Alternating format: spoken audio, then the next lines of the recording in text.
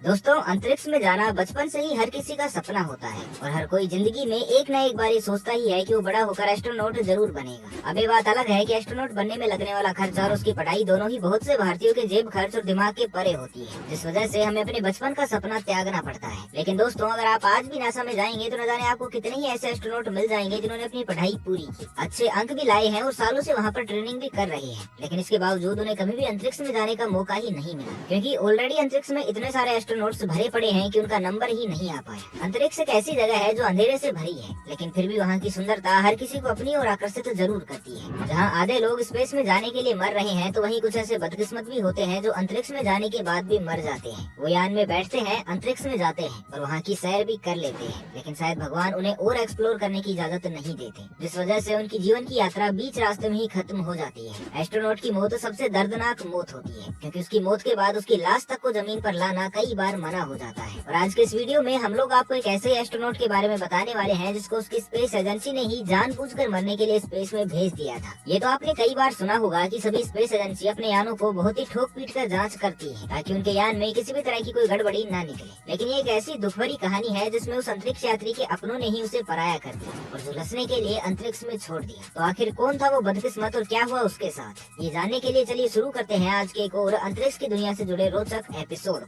ये कहानी है व्लादिमीर कोमरोव नाम के एक ऐसे मेधावी व्यक्ति की, जिसमें इतना जोश और इतना जुनून था कि उसने अपनी हदों को पार करके ऐसे ऐसे काम किए जो उसके साथ वालों के लिए लगभग नामुमकिन ही थे, मगर इसके बावजूद उसका अंत दुर्भाग्यपूर्ण रहा। व्लादिमीर का जन्म 16 मार्च सन 1927 के दिन सोवियत यूनियन में हुआ था, जिसे आज आप सब रसिया के नाम से भी जानते हैं। और अपने जन्म से ही ये बाकी बच्चों से काफी अलग हुआ करते थे। दस्तावेजों के हिसाब से व्लादिमीर गणित में बहुत ही अच्छे हुआ करते थे और पढ़ाई के मामले में तो उनका दिमाग इतना तेज चला करता था कि अगर वो किसी सही गाइडेंस में किसी अच्छे टीचर के अंडर होते तो शायद आज जिस तरह से हम लोग श्री रामानुजन जी का नाम गर्व से लेते हैं, उसी तरह से दुनिया भर में व्लादिमीर का नाम भी बड़े गर्व से लिया जाता। लेकिन वो कहते हैं ना कि परिस्थितियां एक मेधावी को भी मजबूर बना देती है, और कुछ ऐसा ही हुआ व्लादिमीर के साथ भी। व्लादिमीर बचपन से ही चाहते थे कि वो बड़े होकर एक एस्ट्रोनॉट बने, जिससे वो अंतरिक्ष में जाकर धरती की सीमाओं से परे संसार को देख सके, और अपने सपने को साकार करने के लिए वो हर हद से गुजरने को तैयार थे। और अफसोस कि जब व्लादिमीर ने अपनी मासूमियत में एक ख्वाब देखा था, तब मासूमियत खोने से पहले ही किस्मत ने उन्हें काला अध्याय दिखा दिया। सन 1939 में दूसरा विश्व युद्ध छिड़ गया, जिसमें सोवियत यूनियन की हिस्सेदारी की वजह से देश में न केवल गरीबी आ गई, बल्कि बच्चों की पढ़ाई से लेकर बड़ों की कमाई तक सब कुछ तबाह हो गया, जिससे निचले स्तर के लोगों को काफी कुछ झेलना पड़ा। उन्हीं लोगों में से एक व्लादिमीर का परिवार भी था। हालात इतने बिगड़ गए कि वो मेधावी छात्र जो शायद कल का जीनियस बन सकता था, उसे खेतों में काम करने की जरूरत पड़ गई, तो किताब उठाने वाले हाथ हल जोतने में व्यस्त हो गए। 1945 में जब विश्व युद्ध खत्म हुआ, तो 1946 से 1947 तक सोवियत यूनियन को भरने में समय लगने लगा, और इस दौर में लोगों को थोड़ी सी राहत मिली, क्योंकि युद्ध खत्म हो चुका था, जिस वजह से वो सभी अपनी नॉर्मल जिंदगी में लौट रहे थे। लेकिन विश्व युद्ध के बाद आर्मी की काफी डिमांड आ गई, और डिफेंस के हर क्षेत्र, फिर चाहे वो एयरफोर्स हो, आर्मी हो या नेवी, हर जगह सोल्जर की जरूरतें पड़ने लगी। व्लादिमीर कद काठी में तो अच्छे थे ही, साथ ही साथ गणित में भी उनका दिमाग शुरू से ही अच्छा था, और पढ़ाई लिखाई में भी वो हमेशा से ही बुद्धिमान रहे थे, जिस वजह से उन्हें हर एक टेस्ट में लीड मिली, और अंत में जाकर दिसंबर 1949 में 22 साल की उम्र में उन्होंने एयरफोर्स ज्वाइन कर ली। व्लादिमीर खैर हमेशा से यही चाहा करते थे कि वो अंतरिक्ष में जाएं, लेकिन अंतरिक्ष नहीं तो आकाश ही सही, ये सोचकर उन्होंने अपने आप को मना लिया और अपने आप को हर एक लेवल पर पुश करते रहे, ताकि जल्द से जल्द उनका प्रमोशन हो सके और वो सफलता की और भी ऊंचाइयां अपनी ही फील्ड में पा सके। 1952 में ही उन्हें सीनियर लेफ्टिनेंट बना दिया गया, और ऐसे करते करते 1959 तक वो एयरफोर्स में ही सीनियर इंजीनियर लेफ्टिनेंट बन गए। जिस तरह से व्लादिमीर एयरफोर्स में तेजी से तरक्की कर रहे थे, उसको देखकर हर एक संस्था उनकी ओर बड़े ही आश्चर्य से देख रही थी, और उनके दिमाग की तारीफ हर एक फील्ड और हर एक ऑर्गेनाइजेशन में हो रही थी, जिस वजह से उन्हें वो मौका मिला जिसकी उन्हें हमेशा से ही तलाश थी। 1959 में जब वो सीनियर इंजीनियर लेफ्टिनेंट बने, तब सेंट्रल साइंटिफिक रिसर्च इंस्टीट्यूट की नजर उन पर पड़ी, जो उस वक्त सोवियत यूनियन के स्पेस साइंस से संबंधित काफी सारे प्रोजेक्ट को हैंडल किया करती थी, और ये उस वक्त सोवियत यूनियन के लिए स्पेस साइंस के फील्ड में काफी इंपोर्टेंट ऑर्गेनाइजेशन हुआ करती थी। जब उनका ध्यान व्लादिमीर की उपलब्धियों पर गया, तो उन्होंने व्लादिमीर में इंटरेस्ट दिखाया और उन्हें टेस्ट पायलट के रूप में अपनी ऑर्गेनाइजेशन में ज्वाइन करने के लिए इन्वाइट किया। व्लादिमीर को जैसे ही ये पता चला कि उन्हें अंतरिक्ष से संबंधित किसी ऑर्गेनाइजेशन में काम करने का सामने से ऑफर आया है, तो उन्होंने अपने सपने को पूरा होने की एक आशा की किरण देखी, जिसके बाद उन्होंने तुरंत ही इस ऑफर को एक्सेप्ट कर लिया और एक टेस्ट पायलट के रूप में वहाँ पर ज्वाइन कर लिया। उस समय तो नियम ये था कि अंतरिक्ष यात्री किसी भी हालत में 27 साल से ज्यादा का नहीं होना चाहिए, और जब तक व्लादिमीर ने ऑर्गेनाइजेशन ज्वाइन की थी, तब तक उनकी उम्र 32 साल की हो गई थी, जिस वजह से डायरेक्टली तो उनका स्पेस में जाना लगभग नामुमकिन था। लेकिन उन्हें ये बात पता थी कि अगर वो लोगों की नजरों के सामने लगातार अपने आप को लाएंगे और अपनी उपलब्धियों को सामने रखेंगे, तो एक न एक दिन जरूर उन्हें अंतरिक्ष में जाने का मौका मिलेगा। जब 3 साल तक व्लादिमीर पूरी लगन से काम करते रहे, तो अंततः 1962 में उन्हें फरमान आया कि अब वो एक एस्ट्रोनॉट के रूप में भी ज्वाइन कर सकते हैं और ट्रेनिंग कर सकते हैं ताकि उन्हें आगे के स्पेस मिशन में भेजा जा सके। ये एक ऐसा सपना था जो एक 14 साल के लड़के के लिए लगभग नामुमकिन हो चुका था, लेकिन अपनी कड़ी मेहनत के दम पर व्लादिमीर ने अंततः वो कर दिखाया जो शायद कोई और करने से पहले ही हार मान लेता। ट्रेनिंग पीरियड का इन्विटेशन लेटर आने पर उन्हें एहसास हो गया था कि अब उनकी जिंदगी का मकसद बहुत ही जल्द पूरा हो जाएगा और 1962 से 1964 तक ट्रेनिंग करने के बाद वो एक ट्रेंड एस्ट्रोनॉट के रूप में क्वालिफाई कर गई और आगे उन्हें वोस्कोद फर्स्ट और वोस्कोद सेकंड में यूरी गागरिन के साथ काम करने का मौका भी मिला। जानकारी के लिए बता दें कि यूरी गागरिन वही व्यक्ति थे जिन्होंने सबसे पहले अंतरिक्ष में कदम रखा था। 1965 तक व्लादिमीर एक अच्छे खासे कॉस्मोनॉट के रूप में अपना नाम बना चुके थे और पूरी संस्था में सब कुछ बेहतरीन चल रहा था कि तभी सोवियत यूनियन के लीडर लियोनिद ब्रेजनेव ने एक ऐसा ऐलान किया जो किसी भी एंगल से मुमकिन नहीं था। उन्होंने ये ऐलान किया कि सोवियत यूनियन की 50वीं वर्षगांठ के दिन वो अंतरिक्ष में एक स्पेसक्राफ्ट को भेजेंगे जो उसके अगले दिन जाने वाले दूसरे स्पेसक्राफ्ट के साथ अंतरिक्ष में जुड़ जाएगा और दोनों ही स्पेसक्राफ्ट के जुड़ जाने से अलग अलग स्पेसक्राफ्ट में मौजूद एस्ट्रोनॉट एक दूसरे से मिलेंगे और कुछ इस तरह से सोवियत यूनियन अपनी एकता का प्रदर्शन करने वाला था और दुनिया को ये दिखाने वाला था कि सोवियत कितना ताकतवर है। मिशन लग तो आसान रहा था, लेकिन सबसे बड़ी बात तो ये थी कि इस मिशन के लिए जो 2 स्पेसक्राफ्ट चुने गए थे वो थे सोयूज फर्स्ट और सोयूज सेकंड। और सच्चाई तो ये थी कि स्पेसक्राफ्ट किसी भी हालत में उस वक्त तक रेडी होने की कगार पर थे ही नहीं, क्योंकि वो ऑलरेडी 3 बार टेस्ट फेल कर चुके थे और 2 साल के अंतर्गत इतने बड़े प्रोजेक्ट को परफेक्शन के साथ अंजाम दे पाना नामुमकिन के बराबर ही था। सभी ने ब्रेजनेव को समझाने की काफी कोशिश की, लेकिन अफसोस कोई भी कोशिश काम नहीं आई और अपनी इसी जिद पर अड़े रहे कि वो हर हाल में अपना शक्ति प्रदर्शन उसी दिन उसी तरीके से करेंगे, फिर चाहे इस परीक्षण में किसी की जान ही क्यों ना चली जाए। इतना समझाने पर भी जब वो नहीं माने तो निचली ऑर्गेनाइजेशन की मजबूरी बन गई लीडर के हुक्म को मानने की और बस ना चाहते हुए भी मिशन को आगे बढ़ाया गया और दुर्भाग्य से सबसे पहले स्पेसक्राफ्ट सोयूज फर्स्ट को अंतरिक्ष तक ले जाने के लिए व्लादिमीर कोमरोव को चुना गया। इस बात को सुनने के बाद पूरी एजेंसी, व्लादिमीर के दोस्त यूरी गागरिन और व्लादिमीर खुद भी इस बात को जानते थे कि वो अगर इस स्पेसक्राफ्ट के अंदर गए तो कभी भी वापस नहीं आ पाएंगे, लेकिन फिर भी सिर्फ एक सनकी व्यक्ति की मनमानी के चलते हर कोई मजबूरी में कुछ भी नहीं कर पाया। कई लोगों ने इस मिशन को टालने की कोशिश की, लेकिन सब कुछ नाकाम रहा और अंततः 23 अप्रैल 1967 की सुबह 12:32 पर व्लादिमीर कोमरोव सोयूज फर्स्ट स्पेसक्राफ्ट में बैठकर अंतरिक्ष के लिए रवाना हो गई। उनके दर्द को आप इस बात से समझ सकते हैं कि व्लादिमीर ने जाने से पहले अपने सबसे अच्छे दोस्त यूरी गागरिन से खुद ये बात कही थी कि वो मौत के मुंह में जाने वाले हैं और कभी भी वो इस तरह के मिशन से जिंदा वापस नहीं आने वाले, लेकिन इसके बावजूद उन्हें मजबूरी में अपना ही कफन ओढ़ कर जाना पड़ा। उन्होंने इस मिशन से मना भी इसलिए नहीं किया क्योंकि वो जानते थे कि अगर उन्होंने इस बात के लिए मना कर दिया तो यूरी गागरिन को उस मिशन में जाना पड़ेगा, जिससे उनके दोस्त की जान चली जाती और अपने दोस्त की जान बचाने की वजह से उन्होंने अपने आप को मौत के मुंह में धकेल दिया। अंतरिक्ष में धरती के 3 चक्कर काटने के बाद उनके स्पेसक्राफ्ट में अचानक से काफी फ्लक्चुएशन आने लगी, जिस वजह से उनके स्पेसक्राफ्ट का तापमान लगातार गिरने लगा। उन्होंने जब अपनी एजेंसी से बात की तो उनकी एजेंसी ने भी कुछ देर बात करने के बाद उनकी मदद करने से मना कर दिया। अगर वो लोग चाहते तो कुछ न कुछ करके शायद व्लादिमीर की जान बचा सकते थे, लेकिन अंतिम पलों में सभी ने उनसे ऐसे मुंह मोड़ लिया जैसे उनकी कोई वैल्यू ही ना हो। मजबूरी में उन्होंने अपने स्पेस कैप्सूल को अपने स्पेसक्राफ्ट से अलग कर लिया और धरती पर लैंड होने की तैयारी करने लगे, लेकिन उनका स्पेसक्राफ्ट इतना अनसेफ था कि उसका पैरासूट भी समय पर नहीं खुला। ऊपर से वायुमंडल में घुसने के बाद कैप्सूल के अंदर का तापमान इतना गर्म हो गया जैसे वो किसी खोलती हुई कढ़ाई में झुलस रहे थे और कुछ ही देर बाद उनका स्पेस शटल धरती पर टकरा गया और उनकी मौत हो गई। उनकी मौत इतनी दर्दनाक थी कि उनका शरीर जलकर सिर्फ और सिर्फ 80 सेंटीमीटर का ही रह गया था और इस वक्त जिस काले टुकड़े को आप अपनी स्क्रीन पर देख पा रहे हैं वही काला टुकड़ा व्लादिमीर का बचा खुचा शरीर था। तो दोस्तों, इस कुर्बानी के प्रति आपकी क्या राय है, हमें नीचे कमेंट करके जरूर बताइएगा। बाकी आज के लिए बस इतना ही, मिलते हैं एक नई वीडियो के साथ। तब तक के लिए खुश रहे, मस्त रहे, हंसते रहे। भगवान करे आप सभी का दिन शुभ।